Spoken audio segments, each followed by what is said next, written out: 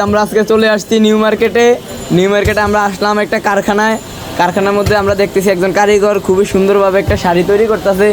তো আমরা ওনাকে কিছু জিজ্ঞেস করতে চাই, ভাই আপনার এই একটা শাড়ি তৈরি করতে কতক্ষণ সময় লাগে?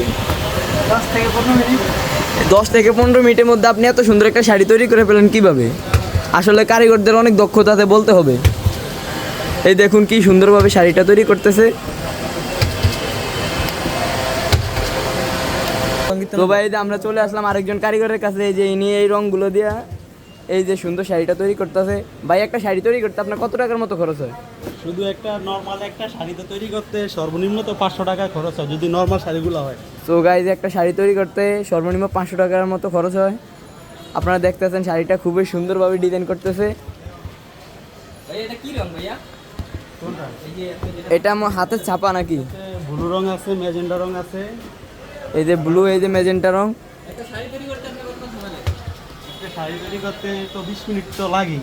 একটা শাড়ি তৈরি করলে আপনি কত টাকা পান? একটা শাড়ি তৈরি করলে তো 50 টাকা হবে।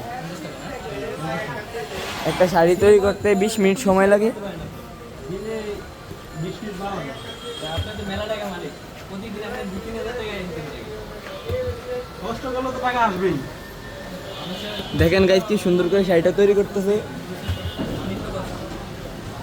পুরুষ নামেই কষ্ট, ঠিক আছে, তারপরে তো কিছু কাজ করতে হবে। মা যখন ছাড় দেয়, মানে সময় বুঝে মাছ ধরে নিজে খায় গুলা না ছাড় দিব।